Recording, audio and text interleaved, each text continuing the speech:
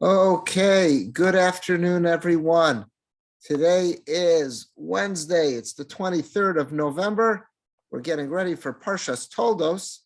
It's Rabbi Akiva Males, and I hope that you are well. This Shabbos is Parshas Toldos, and I've prepared a couple of items to share with you that I hope will expand your understanding of Parshas Toldos. Some of these sources are maybe new to you. Some maybe you may have seen before. Some of these are new to me. I saw for the first time this year, so I'm excited to share with you. So let's see. Parshas Toldos, so much goes on in this parsha. We read about the births of Yaakov and Esav. We start to get some insight into the relationship between Yitzchak and Rivka. And at the end of the parsha is the very dramatic narrative where we read about that Yitzchak is getting old and he wants to bless his son Esav before he dies. He believes that there is hope in Esav, and perhaps some of the Mefarshim learn that he was not entirely fooled by Esav. He understood that Esav was very challenged, and he was hoping that these brachos might serve a positive role to turn him around. There's a lot of different ways that our commentaries understand what the purpose of these brachos were and why he wanted specifically to share them with Esav. But be that as it may, Rivka understood that these brachos belong to Yaakov. So she puts this whole plan together, how Yaakov is going to don Esav's clothing. He's going to outsmart, so to say, Yitzchak, who has become unable to see, and he will present himself as Esav, and he will earn these brachos. That's what we read about at the end of the parsha. So we're going to jump right into that story now. So the pasuk tells us, we're in Perek Chav Zayin, and we're looking at pasuk Tesvav, that it was very important that when he was going to assume the role of Esav, that he was going to put on items that would function as a costume, that would make everyone feel that he was Esav. Yaakov was concerned that his father Yitzchak will feel him, and I'll see there's a big difference. Esav was a very hairy man, Yaakov was smooth, so he puts on pelts from skins from different animals. I think there were goats. He puts on his arms and on his neck. We'll see what else he does. So the pasuk says as follows: "Vatikach Rivka es bigdei Esav bena hagadol." That Rivka took the clothing of her older son Esav, hachamudos. They were chamud. So he translates here as costly, but it really means precious. Like when someone calls their child chamudi, there's a way of, it's an endearing word of saying, endearing way of saying my precious child. So he says, so Esav really valued these clothing. It could have been their monetary value, or they had some other reasons, some sentimental appeal to him. But he had them at Rivka's house, and Rivka takes those clothes. So again, Vatikach Rivka's bigdei Esav bena gadol achamudos asher ita babayis. She takes the clothing, these precious clothing of Esav, who was her older son, and they were stored in her house. Yaakov ben Katan, and she uses those clothing to dress up her son Yaakov, who is the younger child. So Rashi here quotes a medrash, just wanting to know, Esav is a big boy. Why is he keeping his clothing in mom's house? And Esav's married already at this point. Why is he keeping stuff there? Now, again, some people may say, what's the big deal? We all have things that we've kept in our parents' houses way longer than we should have. But here, if they are so chamud, these clothing are so precious to Esav, why does he have them in his mother's house? Why are they not in his own house where he would have easier access to them? So Rashi quotes a medrash that addresses this. So Rashi says, "V'alo kama nashim hayulo." By this point, he had several wives. Who mafkid eitzel imo, and he keeps them for safekeeping by his mother. What's going on here? So the medrash answers, "Ela shaya baki b'maseyan v'choshtan." Well, Esav was well aware of their deeds. He knew that the women he was married to were not of the highest caliber, were not the most trustworthy and honest. And he suspected that they might take the clothes, they might steal them, they may try to pawn them off, bring them to a local pawn shop because they had great value to him. So he says the safest place to keep this is not in my own house where my wives would have access to this, but rather by his mother Rivka. Okay, so these were very precious clothing, and that's why he's got them at his mother's house, not at his own home. Okay, the question is, what was the goal of dressing Yaakov up in these clothes? I understand why he put on the pelts, the hairy goat skins, why he needed to have those, because his father might feel him and say, wow, you don't feel like your brother Esau. But what was the point of this garment? Again, who was Yaakov going to speak with? He was going in to serve his father Yitzchak, who the Torah states was not able to see at this point. If he was worried about Yitzchak seeing, he would have had a problem with his mother's whole plan. He would have said, we don't look the same. Me and Esav don't look the same.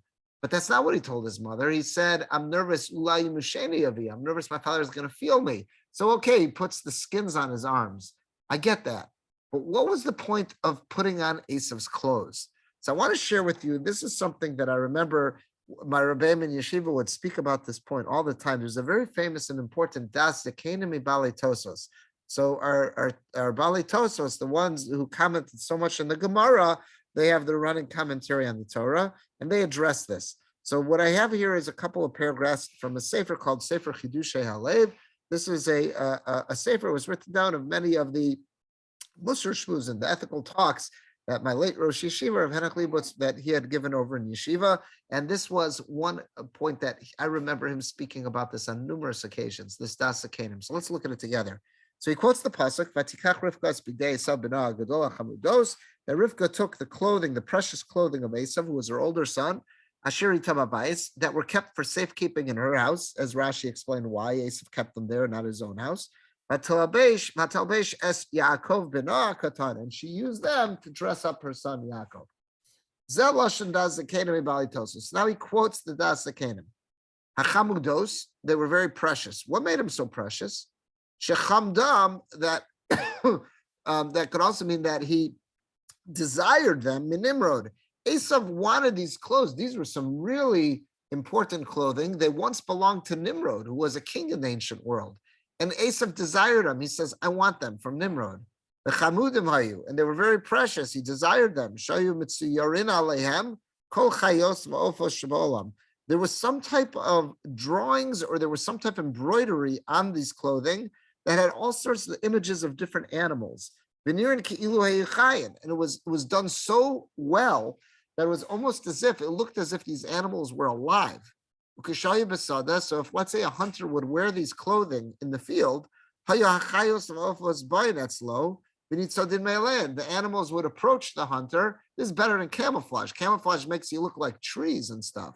But this was something about these clothing that they had embroidered images of these animals on there, that if the animals saw this, they completely wouldn't be nervous. They'd think it's not just that it's hiding a person.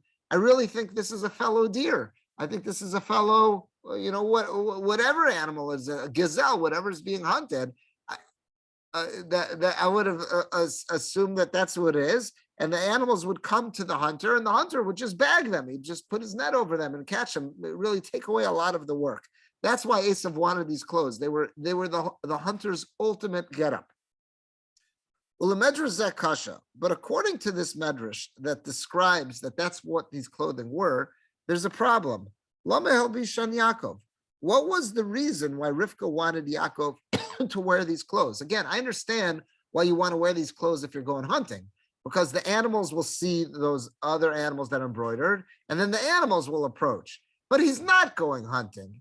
Yaakov is going to serve his father Yaakov, and Yaakov is blind. So what's the point? Ulemidrash zakasha. According to this midrash, it's a bit hard to understand. Lamel bishan Yaakov. Why was Rivka so adamant that Yaakov had to wear these clothing? V'nira, it appears, sheratzitza. What did Rivka want? What was her intention? His nadido legamre ledimyon Esav. She wanted to do everything she could to make Yaakov appear like Esav. Now, it's a little hard to understand because, again, what was the question? The question was, what's the goal here? Yitzchak is blind. If Yitzchak's blind, I understand why he has to put the skins on his arms and on his neck, because he has to feel hairy. That's how Yitzchak's going to try to identify who this fellow is. But what's the point of the clothing? If the clothing, all it has these animals embroidered on it, so the animals see that and the animals approach, what effect could that possibly have on Yitzchak? So what the Das Hakenim seems to be answering is this has nothing to do with Yitzchak. Rivka wants Yaakov to wear these clothing because by wearing this clothing, he will step into the role of Esav. He will appear like Esav. So in the brackets, Klomar, what does the Dasakena mean? Klomar, Hakushai. So what was his question? Hari Yitzchak Hayasuma. Yitzchak is blind. It's not the purpose of wearing this clothes is not going to be, oh, you're wearing that outfit, so you must be Esav. Yaakov can't see what he's wearing.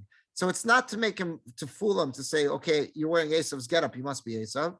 Ubir Divrei Torah. So what is the answer of Dasakenim? Lanias Daiti. How did he explain it? So remember, how did Rabbi Lubowitz explain it? Shekavanas Rivka. So what was Rivka's goal? Kadesh Yaakov Yargish es Atzmo Kemo Shehanhu Esav.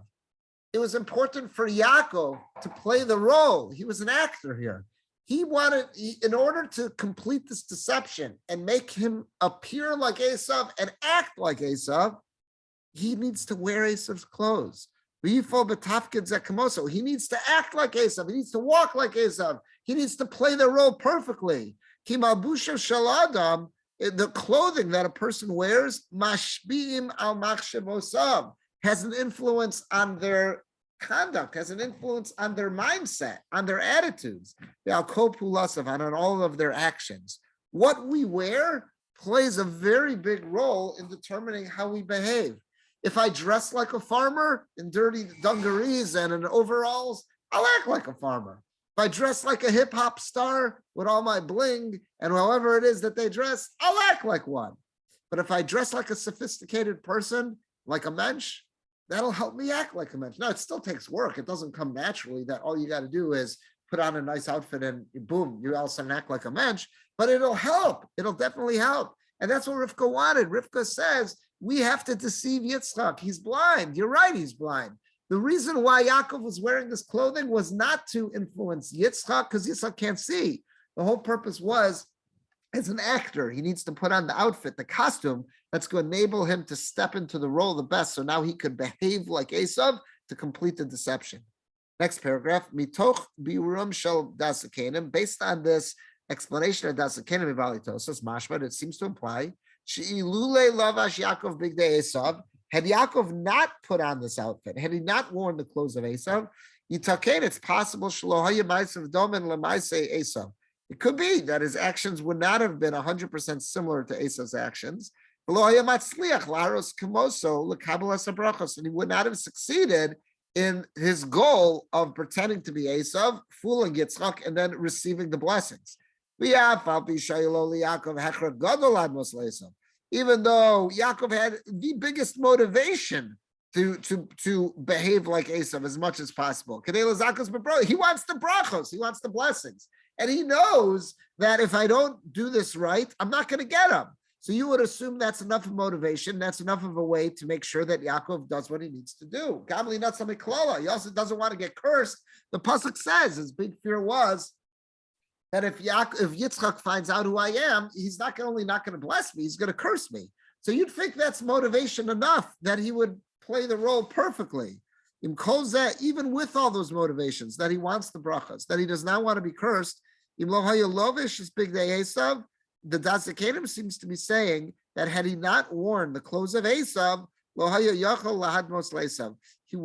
he might not have been successful in deceiving Yitzchak and of playing the charade that he really was Esav. Because Esav's actions, Esav's demeanor, Esav's way of conducting himself is so different than Yaakov's. However, but in fact, he put on Esav's clothing, his unique clothing, as a hirgish kamo Esav. Now he says, okay, I can step into the role. I feel a little bit more like Esav. Upal kamo, now we'll act like him. It'll complete the deception. Lamadu mikan, what do we learn from this Dasakanim? A very important lesson that we all have heard about. We've all felt it in one way or another, but we have to remind ourselves. The clothing we wear has a very big effect on us. What we wear, what we put on, goes a long way in determining our conduct and how we behave. Even Yaakov was such a tzaddik who had all the motivations in the world to do this. He himself would be influenced when he would wear Esav's clothing, and that's why Rivka wants him to wear it, because she says we've got to do this right. The only way to guarantee that you'll pull the perfect Esav routine is if you dress like him. Again, Yitzchak can't see. This wasn't about fooling Esav, fooling Yitzchak with his appearance. This was about fooling Yitzchak rather, based on his conduct. And the only way to fool him based on his conduct was to dress up like him, because that will affect how he behaves, how Yaakov behaves. So what we wear could be subliminal, it could be subconscious, but it plays a big role, and it could affect our behavior. I think we've all felt this in one way or a fashion. When we wear our gym clothes, when we wear stuff that's sweaty and smells, we behave one way. When I put on a suit and a tie, I behave another. When I dress for formal occasions, I'll act in a more formal manner. We've all seen this. We've all experienced it. Sometimes we like to think it's not true because we don't want to dress up for one reason or another. But this is the reality. And this Das Kanim is driving that lesson home. Well, this article online is from the magazine Psychology Today. I didn't put the whole article here, but just a couple paragraphs. And this is great. We're all familiar with that expression, clothes make the man. So here was this article just from a few years ago, just over 4 years ago. The clothes make the man. Psychology of dressing for success. So look at this. He gives two reasons what happens when we dress a certain way. It first of all affects how others see you, and then he's going to say it affects how we see ourselves. So let's first see how others see you. This is a good quote he's got here. As the self is dressed, it is simultaneously addressed. That's a very cool quote. Is that it means the way I dress is going to determine how I'm addressed, how others treat me. If I come across and looking like a mensch, people will, again, not 100%, but they're more inclined to treat me like a mensch. If I come in looking like I just got out of the gym, they'll treat me like I got out of the gym. But if I come in as a sophisticated person, others will treat me that way. That's what he says. The old adage, dress for the job you want, may be more than just a pithy saying. And psychologists who study identity have some interesting things to say on the subject. It's no secret that clothes, cars, homes, and even cell phones have more than practical functions. They also are used as forms of self-expression that can signal status, group membership, individuality, or personal taste. Through our clothing, we can send each other silent cues that signal to others how we expect them to treat us. This works because we tend to make very quick assessments of situations and people and put them into categories that we already understand. This cognitive shortcut, known as representative bias, saves us precious computational energy, but it also leads us to make sweeping generalizations with very little information. Representative bias is a tendency not to treat every person as an individual, but to make assumptions based on traits we observe that are similar to the traits of others that we already understand. A thin blonde woman in yoga pants getting into a minivan, you already think you know what she's about. A guy wearing a pinstripe suit, slick back hair, and a silk pocket scarf, you're assuming he's not the janitor.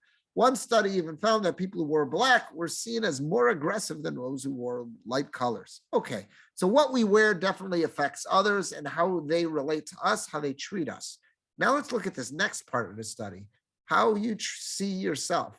Dressing to impress can influence how others see us, but what's perhaps less obvious is how it can affect our own sense of self.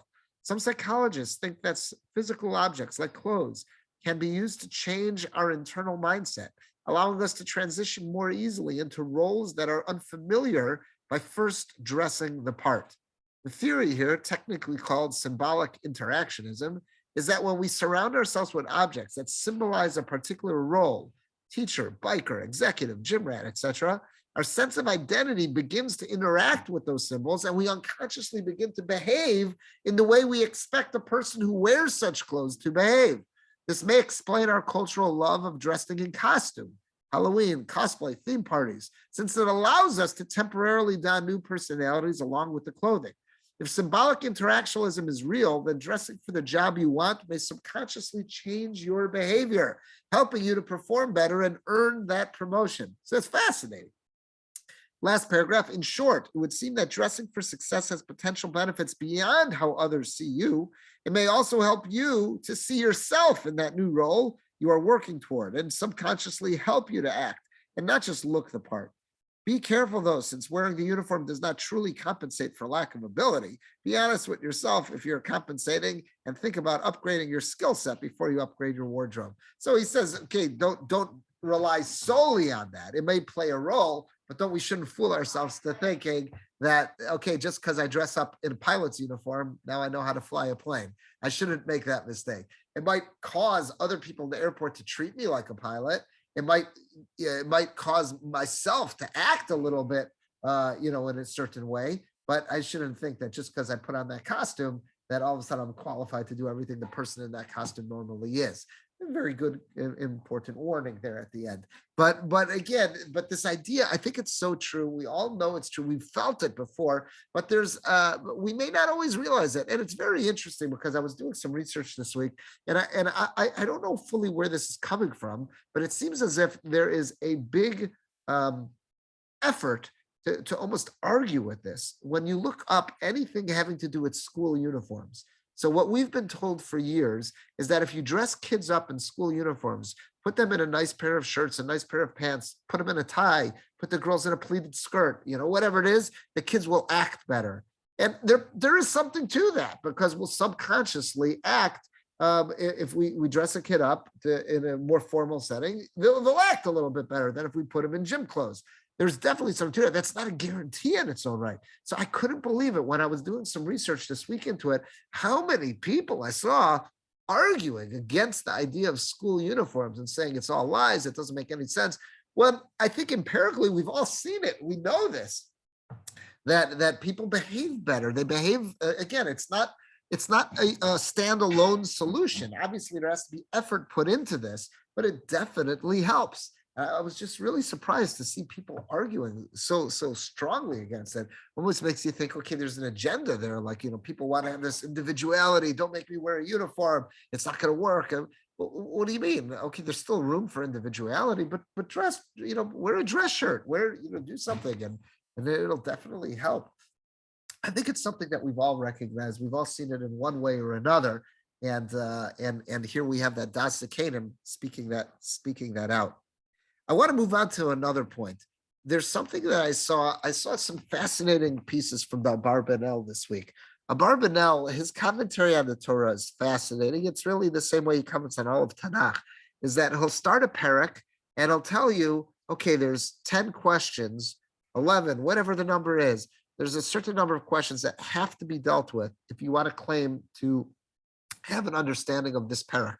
And the Abarbanel is always fascinating. What's challenging about him is that in the printed versions of the Abarbanel, the questions are always delineated very nicely. But then what happens is the printer just prints usually one massive running paragraph where he just addresses everything. And every now and then there, he says, okay, that just took care of questions 2 and 3. That took care of questions 4. That one after like 10 more lines. Okay, that took care of number 6 and 7.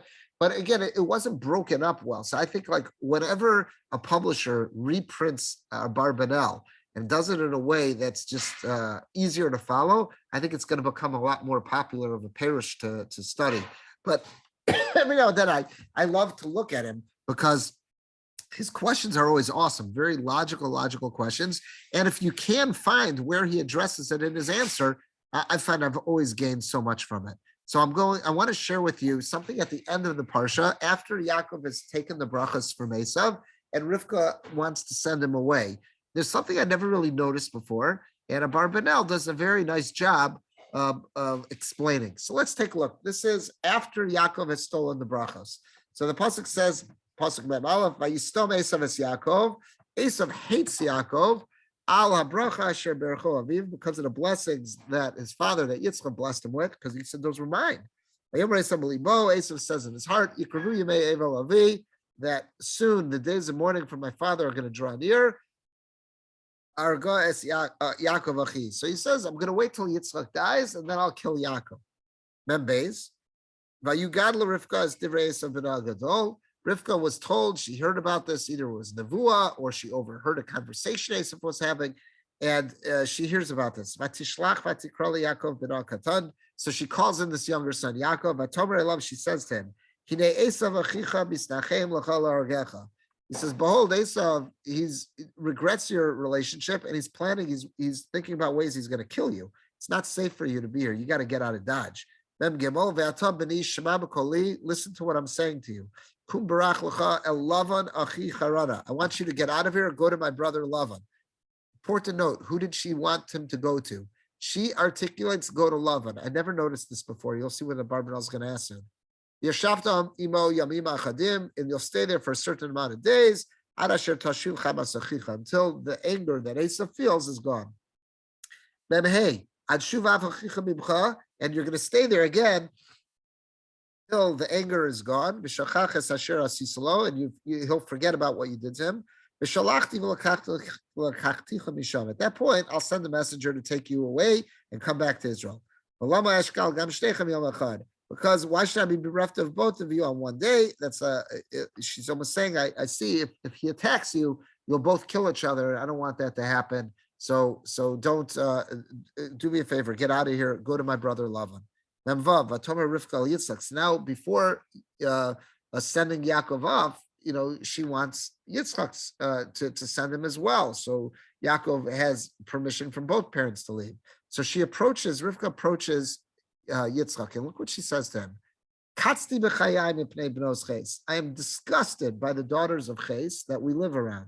If he's going to marry one of these local girls, what's the point of life? So fascinating what she does.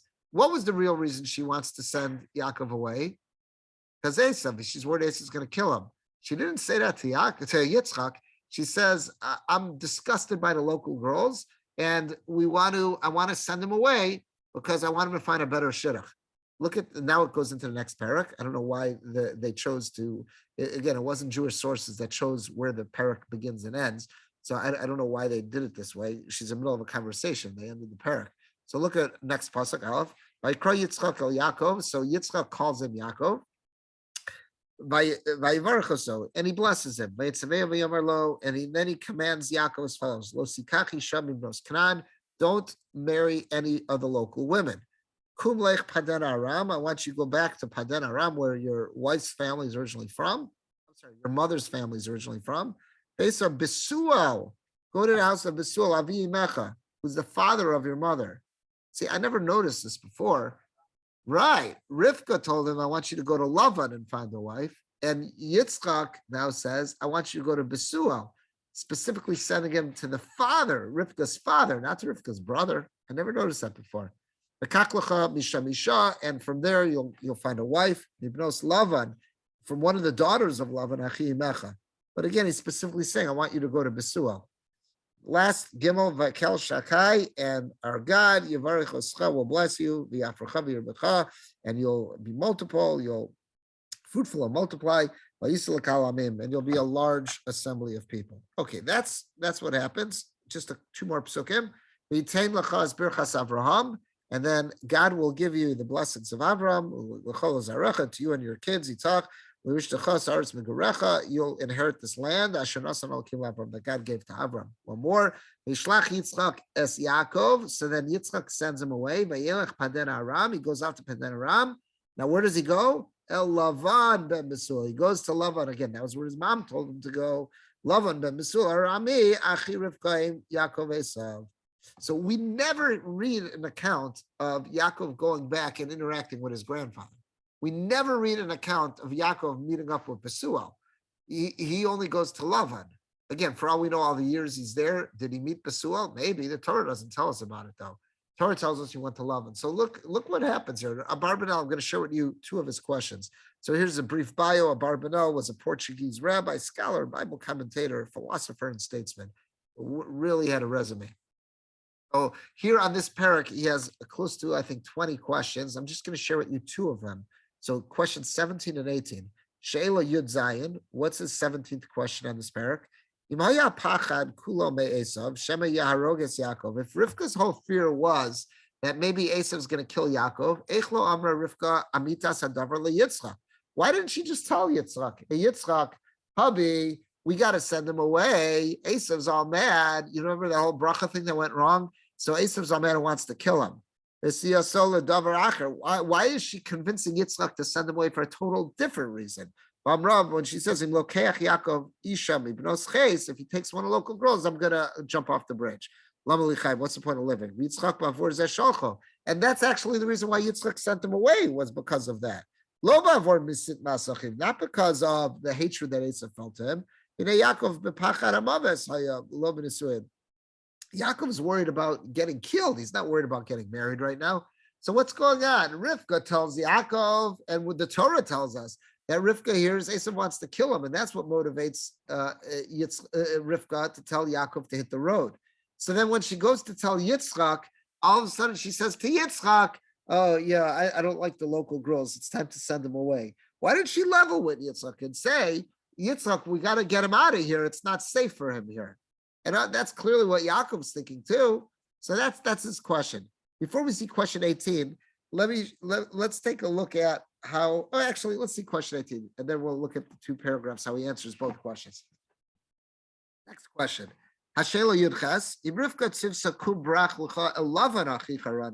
Rivka told him, get out of here and go to my brother Lavan in Haran. Why did Yitzchak switch it to Kum Lech Padena Aram based on Besuel Achi Imecha? Why did Rivka say to him, why did Yitzchak say to him, get out of here and go to Besuel, who is Achima? That should be Avi Imecha, not Achi Imecha. One second. Yeah. It's Avi. I don't know. That's, you see, Pasuk Beis said, Kum Lech Paden Aram Beisa Besuel Avi Imecha. So again, that's I'm gonna have to correct that. That's a letter off. It says Achi, it should say Avi. So again, so Shela Yud Ches, what is his 18th question?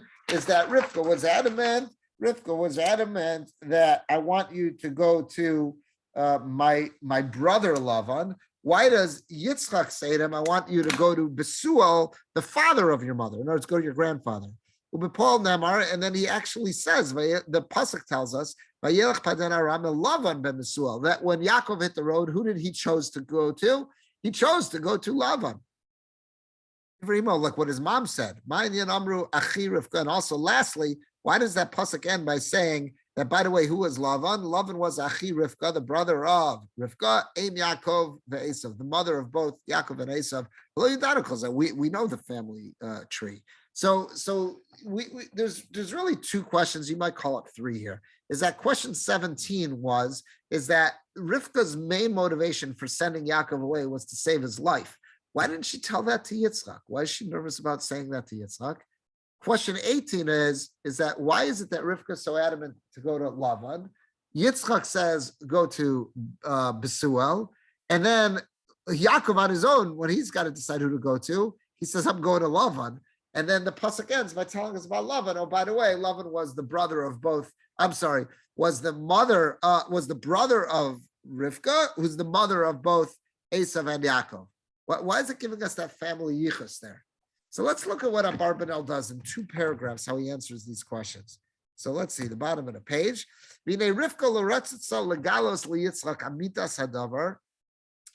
Rivka did not want to reveal to Yitzchak her real reason, that the real honest reason why she wants to get Yaakov out of there is because Misitmas Esav, because Esav hates him. And he wants to kill Yaakov. Why? Mipachta, she was scared, Yitzchak negda, that Yitzchak is going to get mad at Rivka. Yeah, who caused all this? Right. Yitzchak negda. Now Yitzchak's going to get mad at Rivka. He'll start screaming at her. You caused all this. Oh, you should have thought about this. Shkoyach. Now you're so worried that Esav hates Yaakov, wants to kill him. What you gotta get involved? You have to stick your arms in the pot and start, patchking around. What'd you get involved for? I had this all worked out.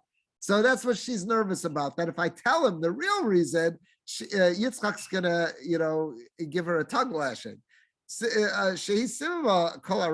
You were the cause of all this problem.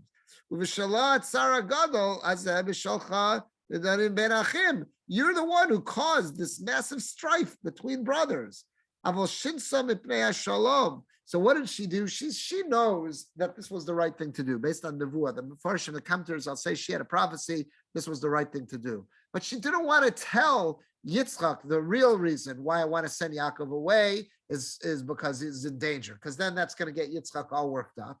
So instead, mipnei shalom, for peace, to keep harmony in the house, she changed it. She says she made it sound like the primary reason she wants to send Yaakov away is so he can find a nice girl to marry. She changed what the real motivation for sending Yaakov away was based on to have harmony in the house. So she says the whole reason I want to send him away is because he's got to find a good shidduch. We don't want him to marry a local girl. So now Yitzchak, when he hears Rivka saying this, that's a good reason why Yaakov needs to leave. Because you're right, I don't like these local girls either. Karli Yaakov, that's why he calls in Yaakov at Sivo, and he gives him a command, not to take a local girl, and then he's got to go to a grandpa. He's got to go to Besual, who's his maternal grandfather, in order to find a girl over there.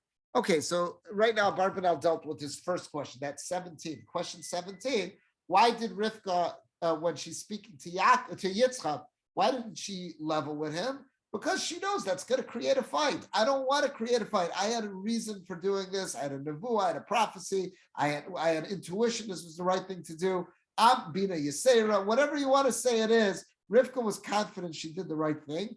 And I don't want to say I want to send Yaakov away because Esau wants to kill him, because all that's going to do is get Yitzchak worked up and say, well, you should have thought about this before you patchked and you had to get involved. So therefore, Rivka came up with this other idea about finding a wife, but that wasn't the real reason. But that explains why she changed. Okay, next question. Rivka was adamant that when she called in Yaakov, she says, go to Lavan. Yitzchak says, go to Besuel. Then Yaakov goes to Lavan, and then the pasuk ends by telling us, and by the way, how is Lavan related to them? Lavan's the uncle both of Esav and Yaakov. What's going on? So look at this last paragraph. Yitzchak he advises Yaakov to go to Besuel, the grandfather, because Besuel was the elder statesman.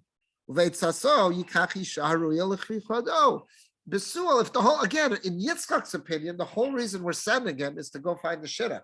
If we're going to send him to go find a shidduch, who do I trust to find who's the most appropriate girl for Yaakov?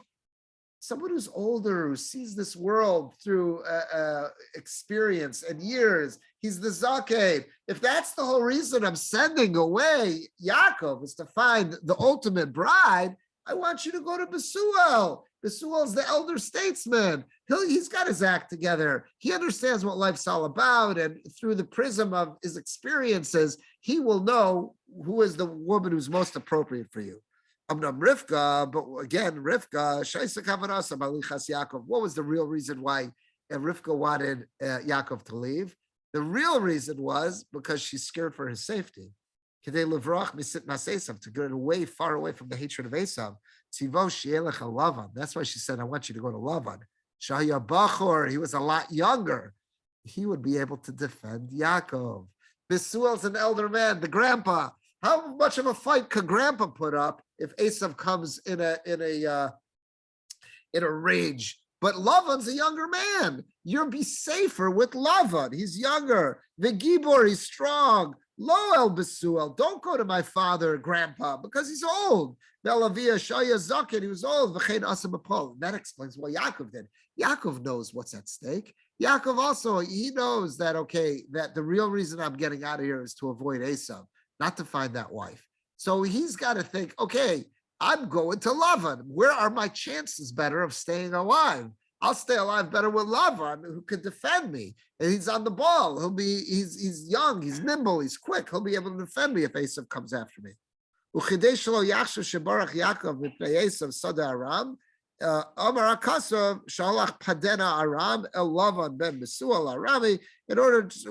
think that Yaakov just ran away with no plan in place.